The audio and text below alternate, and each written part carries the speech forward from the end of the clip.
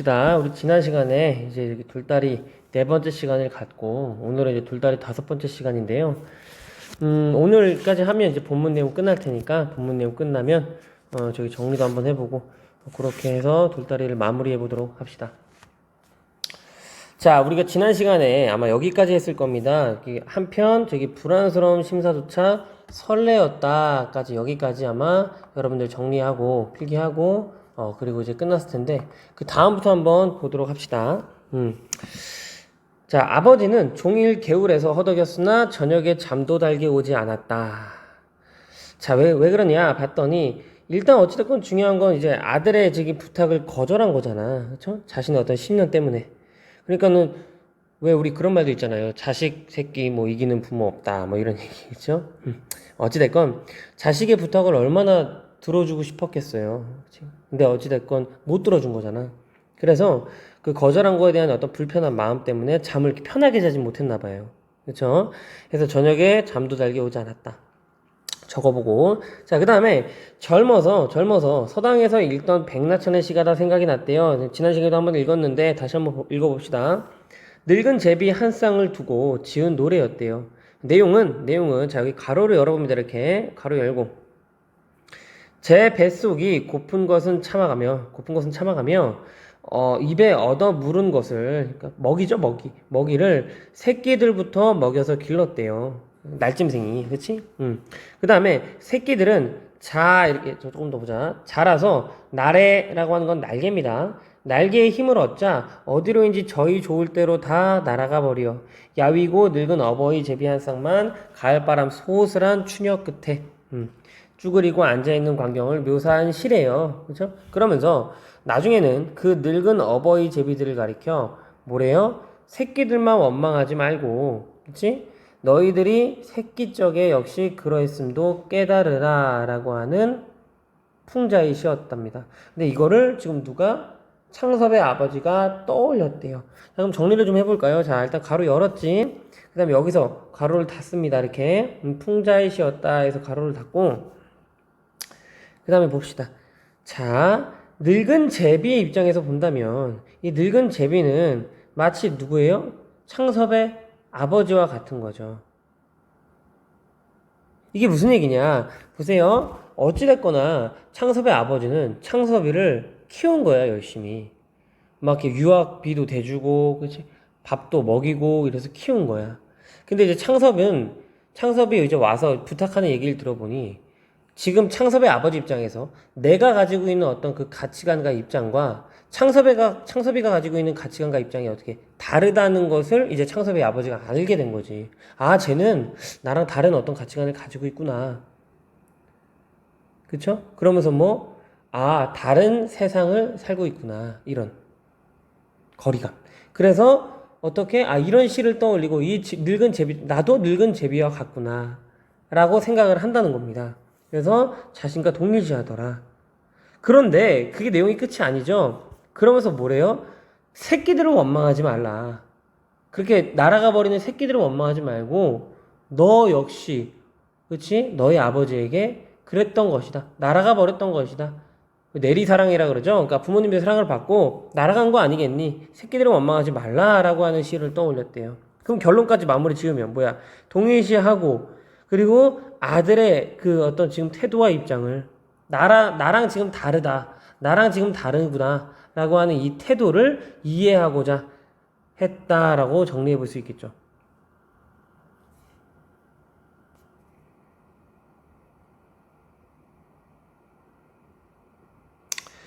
자, 그 다음에,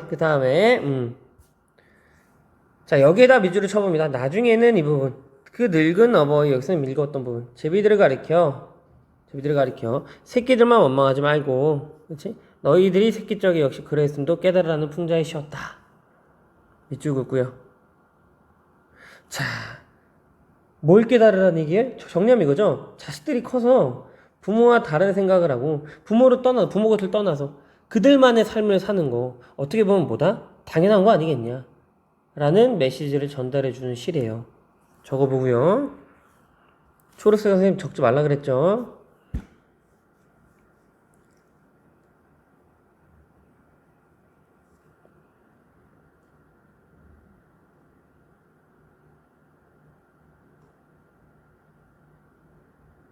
자, 그 다음에 흥 했답니다. 약간 이런 느낌이죠. 하고 노인은 어두운 천장을 향해 쓴 웃음을 짓고 날이 밝기를 기다려 누구보다도 먼저 돌다리를 보러 또 나왔대요. 자, 돌다리에 대한 애착이 굉장히 크죠. 아침에 일어나자마자, 그치? 바로 돌다리 보러 나갔다. 돌다리에 대한 애착을 보여주더라. 자, 밑줄 그고 표시하고 넘어갑니다. 자, 그 다음 봅시다. 마무리 부분인데, 자, 흙탕이라고는 어느 돌틈에 남아있지 않았다. 깨끗하대요.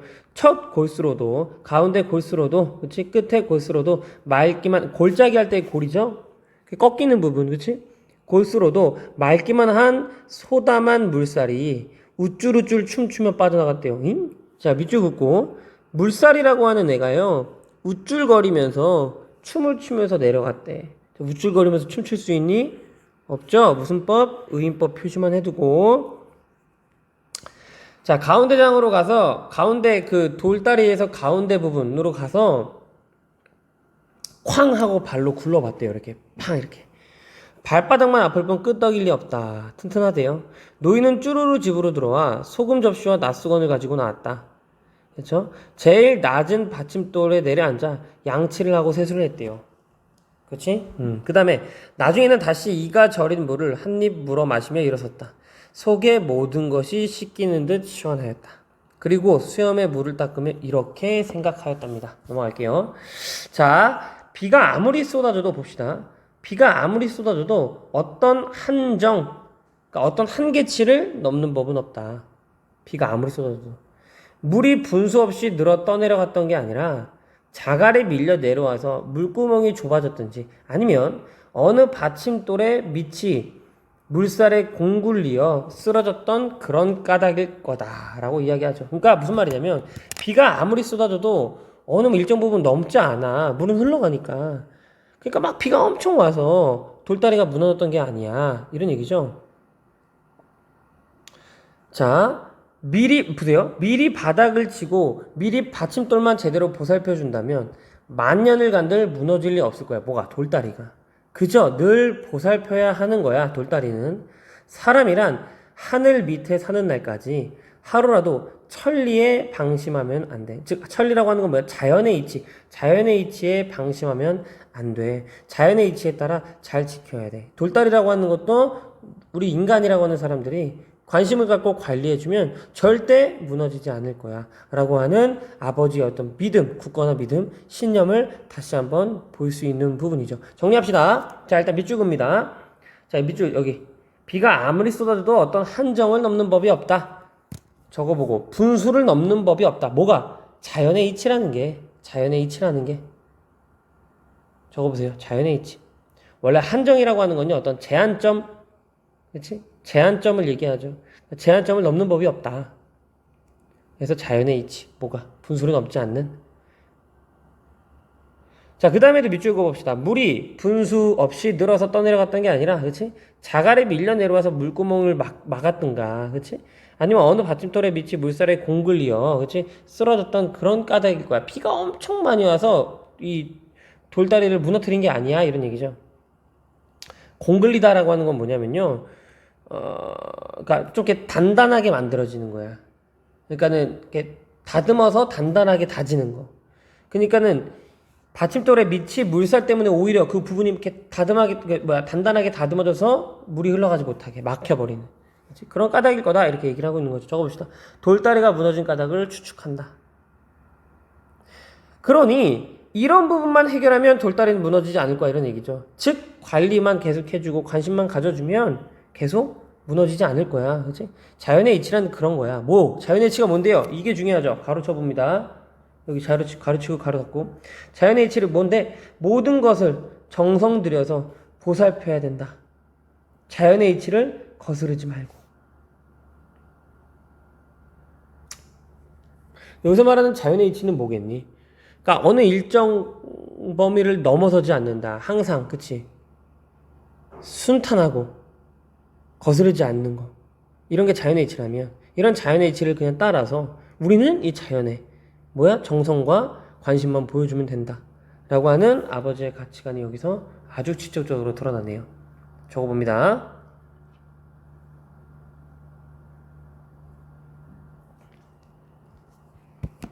자, 그다음 넘어갈게요. 자, 이제 소설이 끝났어요. 아, 기나긴 소설을 굉장히 잘 읽어줬습니다. 그죠? 정리를 잘 해봤는데, 결국 이제 큰 틀은 창섭이가 그치? 자신의 목적을 위해 고향에 내려왔고, 그리고 창섭이 아버지와 대화를 하고, 그리고 이제 어느 정도 갈등이 발생했다가, 그쵸? 그 다음에 이제 창섭이는 올라가고, 아버지는 이제 자신의 어떤 그 자연의 이치와 자신의 가치관에 대해서 생각하는 부분까지 나오는 부분이었네요. 자, 갈래는요, 단편 소설입니다. 교과서에 전문이 실렸다. 그치? 교과서가 보통 우리 한 400페이지? 아, 전문은 뭐 실을 수 있긴 하네요. 한 200페이지에서 300페이지 정도. 그치? 그런 게 장편이라 그러고. 한 20페이지 정도에서 30페이지 정도는 단편이라고 합니다. 자, 그 다음에 사실적이고요, 성격은. 비판적입니다. 그치? 뭘 비판할까? 조금 이따 정리해 볼게요. 교훈적인 메시지를 담고 있어서 교훈적이다라는 말을 할 수도 있죠. 시점은, 자, 나라는 게 안 나오죠. 그렇죠? 그리고 각 인물들의 심리를 어떻게? 인물들의 심리를 직접적으로 알고 있지. 그치? 직접 서술자가 알고 있더라. 그래서 보다 전지적 작가 시점이다. 자, 일단 배경은요, 일제강점기 말이고요. 당연히 공간은 농촌 마을입니다. 그치? 샘마을이라고 하는 공간이었죠. 자, 그 다음에 주제는요, 물질 만능주의 또는 자연을 도구적 가치, 그치? 뭐 수단적 가치로 여기는 그러한 것에 대한 비판, 그리고 땅의 가치에 대한 인식을 메시지로 던져주고 있죠. 땅을 어떻게 인식해야 되는가라고 하는 거. 자, 넘어가 봅니다. 특징은요, 그때 일제강점기 말에 생각해 보면 되죠. 근대 자본주의에 대한, 그때 뭐에서 신진물물들이 막 들어오고요. 그렇죠? 여러 직업들이 막 생겨나고, 그 다음에 막 돈을 잘 버는 사람도 막 생기고, 그렇지? 돈을 바라보는 관점, 어떤 물질적인 것을 중요시하는 관점들이 막 생겨나겠죠. 그래서 근대 자본주의에 대한 어떤 비판적 인식이 드러나더라. 그 다음에 상징적 소재를 통해 전통적 가치관과 근대적 가치관의 대립을 보여주더라. 뭘까요? 나무다리랑 돌다리겠지. 여러분들 필기했었죠? 나무다리는 뭐였니? 어떤 실용적인 근대적 가치를 따졌던 거고, 돌다리는 뭐였니? 전통적 가치. 그치? 이런 것들을 의미했던 거죠. 자, 대조적인 인물 간의 갈등, 창섭과 창섭의 아버지. 자, 인물 간의 대화와 서술의 요약적 제시로 내용을 전개하더라. 두 가지 다 나오더라. 이런 얘기가 되겠네요. 자, 정리만 해보고 넘어갑니다. 자, 그럼 여러분들 몇 쪽이냐면, 지금 30쪽 말고, 134쪽이 아니네요. 잠깐만요. 미안합니다. 저기 118쪽에 내용 정리하는 게 있어요. 내용 정리. 그치? 요거는 여러분들 그냥 내용 요약이니까 넘어갈게요. 넘어가고요. 119쪽에 2번을 보면 등장인물을 파악하는 거를 이제 해보자 라는 내용이 나와요. 그쵸? 여기 부분 한번 봅시다. 아버지는 농부고요. 교과서에 채워보세요. 119쪽이지. 아들은 이제 의사죠. 그치? 아버지가 사는 곳은 시골 철원이라고 합니다. 그치? 그 다음에 창섭이 사는 곳은 도시예요. 서울이고. 자, 요게 중요한 거죠. 성격이. 근검한 생활 태도를 지녔다. 나오죠? 그 교과서에.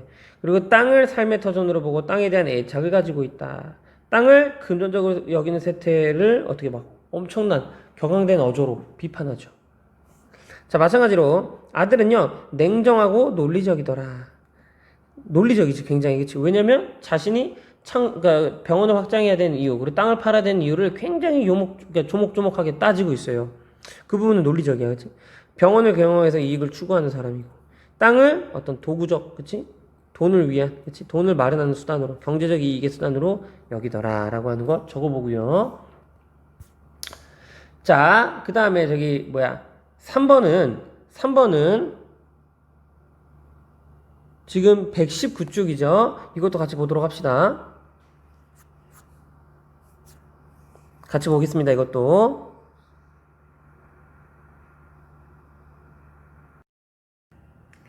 자, 3번 이 소설에 드러난 주요 갈등을 알아보자. 주요 갈등. 그 중에서 3번에 1번. 나무다리랑 돌다리의 특징과 차이점 이제 중심으로 차이점 파. 나무다리는요. 적어봅시다 이거. 돌다리보다 만들기 쉽더라. 그치? 자, 돌다리는 만들기 자체가 어렵다.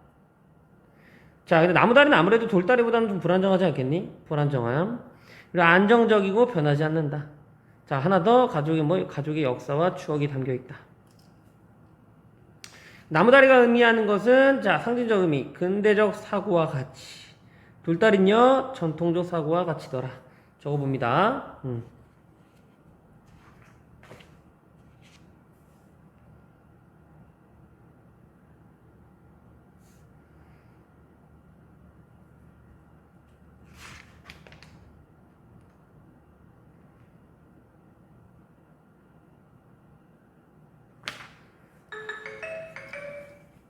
적어보고요.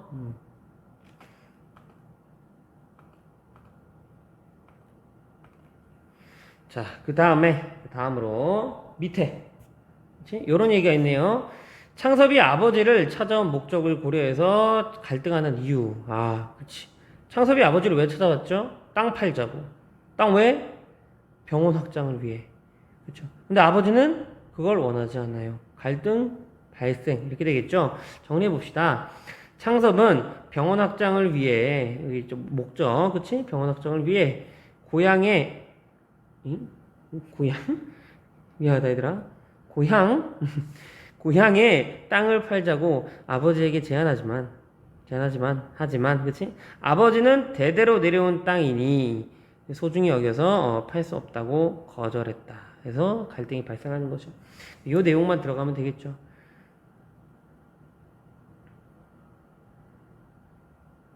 자, 그 다음에 저거 보고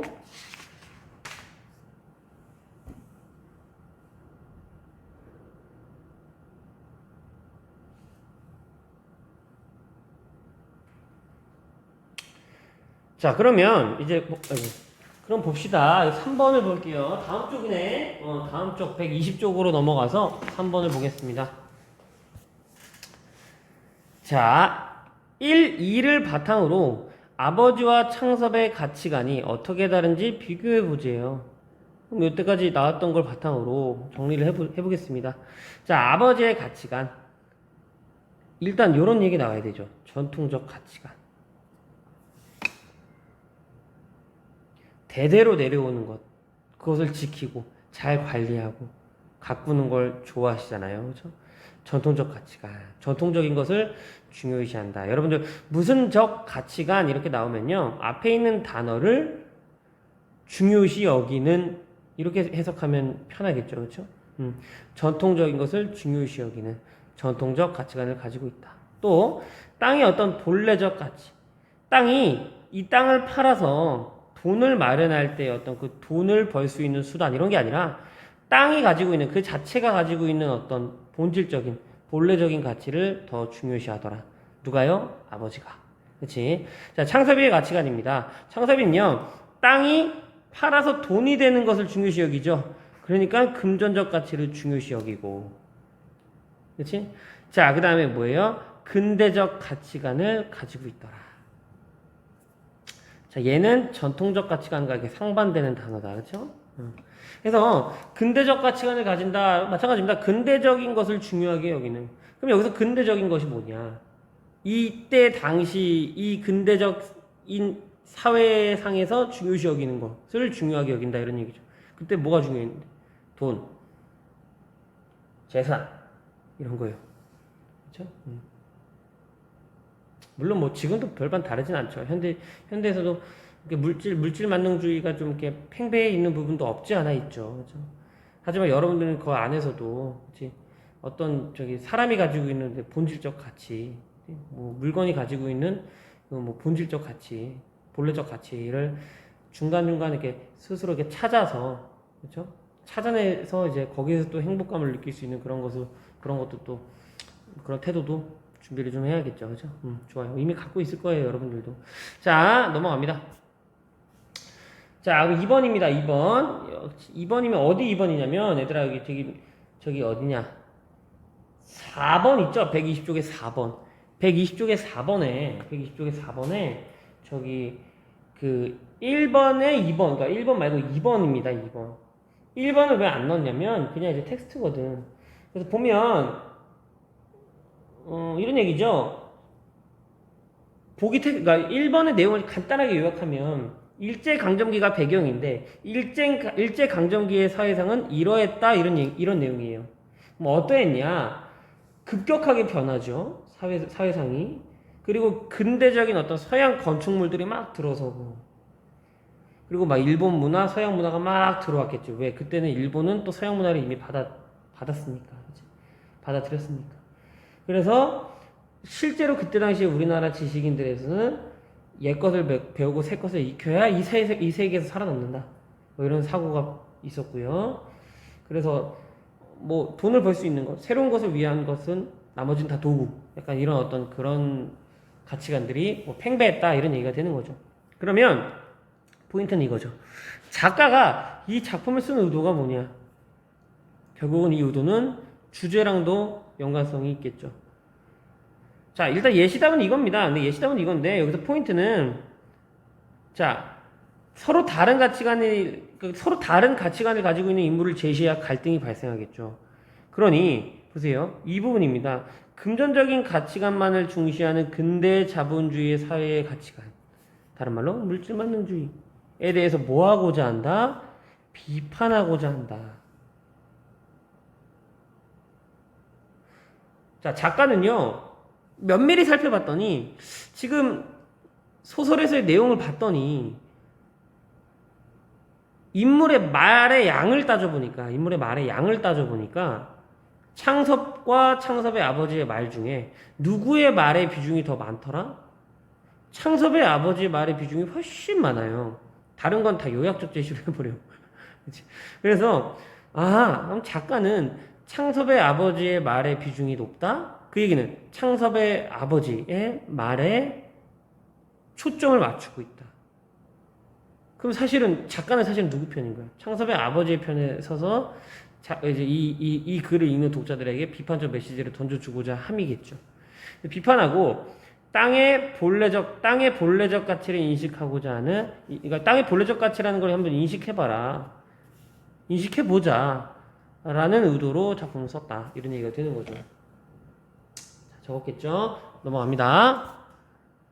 자, 좋아요. 자, 그 다음에 여러분들 5번은요, 뭐 서술자를 알아보자 이렇게 돼 있는데 서술자 이렇게 그냥 체크해보면 되고, 그치? 그리고 이제 뭐 서술자가 어떤 서술자냐에 따라서 서술의 내용은 당연히 달라져요. 그대로예요. 내용은 당연히 달라지겠죠. 예를 들어, 저 서술자가 창섭이야. 1인칭이란 얘기죠. 그러면 서술자를 창섭으로 두면 창섭의 아버지가 느끼는 어떤 내면 심리는 더 잘 보여주니, 더 잘 못 보여주니, 더 잘 못 보여주겠죠. 마찬가지로 만약에 창섭의 아버지를 서술자로 뒀어. 그러면 창섭의 내면 심리와 생각은 잘 드러나요, 안 드러나요? 잘 안 드러나겠지. 그런 얘기가 되는 거니까 서술자를 바꿔본다라고 하는 건 사실은 이제 내면 심리를 어디까지 보여줄 것이냐, 직접적으로 보여줄 것이냐, 이제 그런 차이가 발생하는 겁니다. 그렇죠? 이건 뭐 그냥 한번 들으면 될 것 같고요. 자, 이렇게 해서 여러분들 아주 고생 많았습니다. 이렇게 해서 다섯 번째 시간 만에 지금 돌다리의 내용을 다 봤습니다. 여러분들 이 영상은 올려놨으니까, 지금 다른 이전 영상도 올려놨으니까, 그렇죠? 여러분들 잘 복습할 때, 정리할 때 다시 한번 볼 수 있도록 하고요. 자, 고생했습니다. 자, 일단 영상은 여기까지 하도록 하겠습니다.